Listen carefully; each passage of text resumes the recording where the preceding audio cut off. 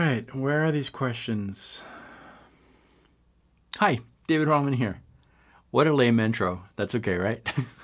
I really am looking for the questions. Today's Wednesday. Every Wednesday I do a Q&A, and I take 3 questions that you guys have asked. If you do have questions, leave them below, because this week it was, even though I can't find my questions, we didn't have enough questions. So I had to dig back from old questions. Anyways, so if you have questions, leave them below. I'm going to take them. It can be music related, business related. It doesn't matter. Here we go. Question number 1 is from Karsten Westerschelle. Sorry. Thank you, Karsten, so much for asking this question. Here we go. This question refers to a masterclass that I did on playing over anything.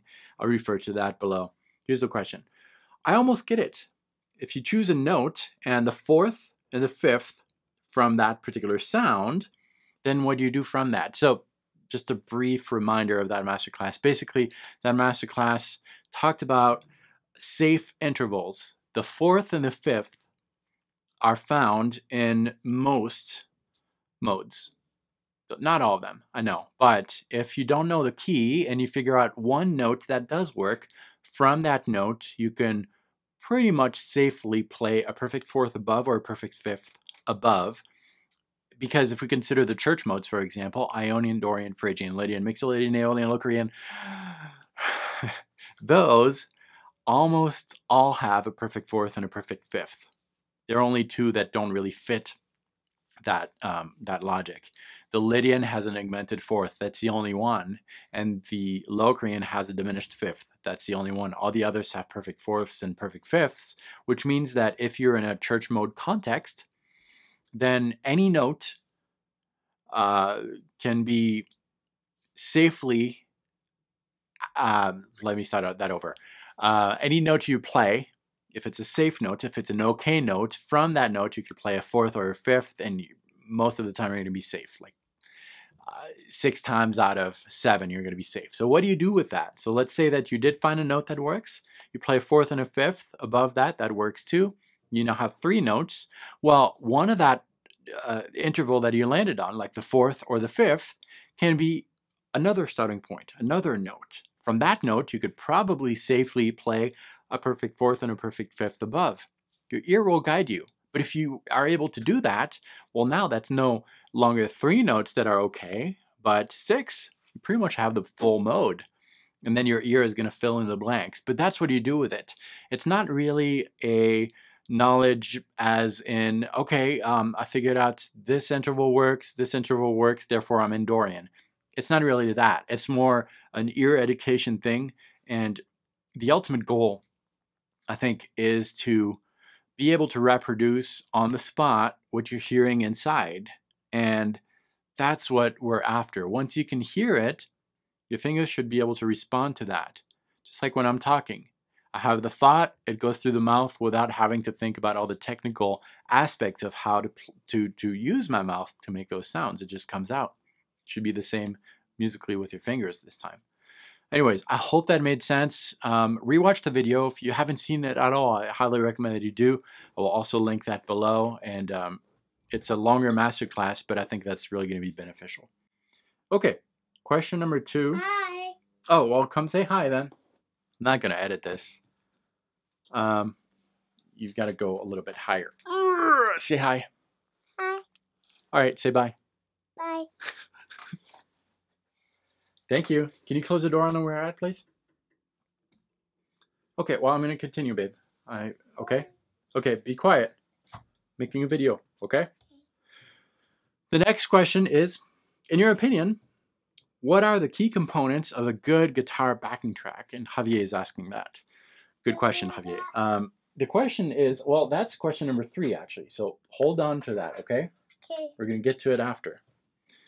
Question number 2, sorry. Question number 2 is, I just asked it, and I've got a text. Wow, a lot of interruptions today. And it's not even an interesting text. It's a text from Redbox. Who cares about Redbox? Okay.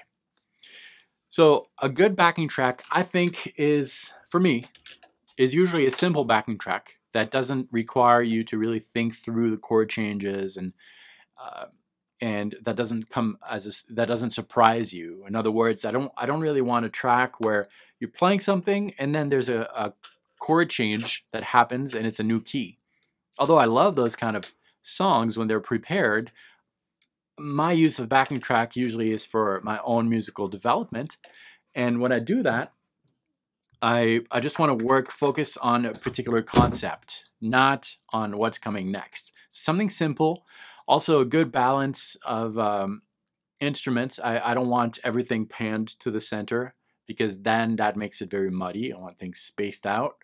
I don't want it too busy. So usually I like to have, well, drums, bass, and maybe a pad on top, like keys, but not too busy, because I want to be able to fill in the space with my instrument. I don't want to have to really think through how can I not compete with what's going on. So really simplicity is key. But if you guys don't know, Javier is actually a friend of mine, and he is a guitar playback content producer. That was a good question. He actually produces a lot of tracks for guitarplayback.com. You can hear one right now. And even though he asked the question, listen to his tracks, and that's the answer, because Javier is doing an awesome job. I really love his work, and I think you will too. Check it out. Okay, question number 3. Let me close the door. Sloan left now. It's a little quieter. Question number 3 has to do with my guitar. This is my Ibanez. It's my main guitar. It's my to-go guitar. I really like it. It's a premium model, and people ask me all the time, what's that? What's that? What is this? Well, this is really just a holder. It's a holder. It is screwed into right here, just under the strap thing. It goes underneath, and it does not damage the guitar at all. And what does it do? Well, there's some magnetic strips on there, and this is what Sloan had earlier. She was playing with this. This is the Fishman TriplePlay, and this is the holder for the TriplePlay. It just magnetically snaps on there, so now it's attached. There's this piece right here, and I don't know if you can see, but just between the humbucker bridge and the actual bridge here, there is another. This is just a strip, adhesive strip, and I can slide this in, and now my guitar is a MIDI guitar. MIDI guitar, no drills, no screws, and it's wireless. It does it incredibly well. Really, the tracking is the best MIDI tracking that I've ever played. I've tried some Roland gear, and I wasn't very happy. I tried some software, which is a little better than some of the Roland gear, actually. But this is really my favorite MIDI system ever. I did a full review on that, and I'll also link to that. So a lot of links are below somewhere. Anyways, that's what that is. It just holds down my MIDI pickup. It's the Fishman TriplePlay. I highly recommend it, really. If you're looking for a MIDI system, I'll link below a good price on this on Amazon.com, so you can check it out if you're after a MIDI system. It's really, really good. I highly recommend it. Okay, that's what I had for you today. If you have any questions, leave them below. I will compile some of the questions and some of the answers and film a video, maybe next Wednesday, maybe not. Anyways, thank you for watching these videos. Really appreciate it. And I am planning a live event. So if it's scheduled, you will see it below on all my videos. And in that event, I'm going to actually prepare one of these videos, regular videos, but I'll do it live so that you can see the behind the scenes. Anyways, I'll let you know about that very soon. It might be tomorrow. So anyways, you'll see something below that tells you live event coming soon. Thanks everyone. Have a good week. Practice well. I'll see you next time.